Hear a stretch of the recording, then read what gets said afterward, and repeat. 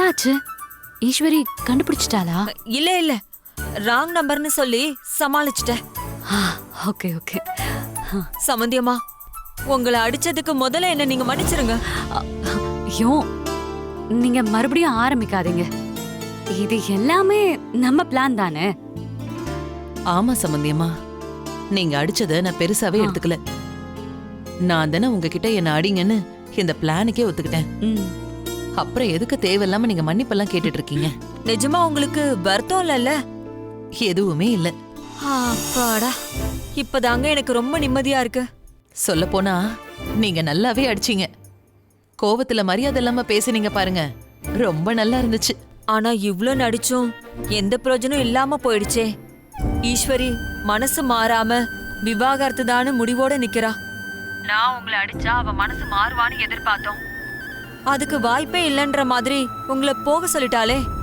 உங்களுக்கு அது வரைக்கும் தான் தெரியும். அதுக்கப்புறம் என்ன நடந்துச்சுன்னு தெரியுமா? அதுக்கப்புறம் என்ன நடந்துச்சு? அத்தை போகும்போது ஈஸ்வரி வந்து அவங்கள பாத்திருக்கா. என்னம்மா சொல்ற? நீங்க அத்தைய அடிச்சதுக்கும் மனசு வருத்தப்பட்டு மன்னிப்பு கேட்டிருக்கா. ஆமா ஆண்டி, மன்னிப்பு மட்டும் இல்ல, செந்தில் ரேணுகாவை பத்தி கூட அக்கறையா விசாரிச்சிருக்கா.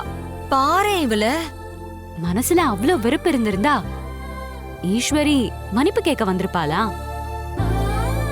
சரவண எனக்கு முக்கியத்துவம் கொடுத்து அவளை அடிச்சிட்டானேன்னு அவளுக்கு கொஞ்சம் கோவம் இருக்குதான். மத்தபடி அவ இன்னும் சரவணன் குடும்பத்தை தான் குடும்பமா நினைக்கிறா.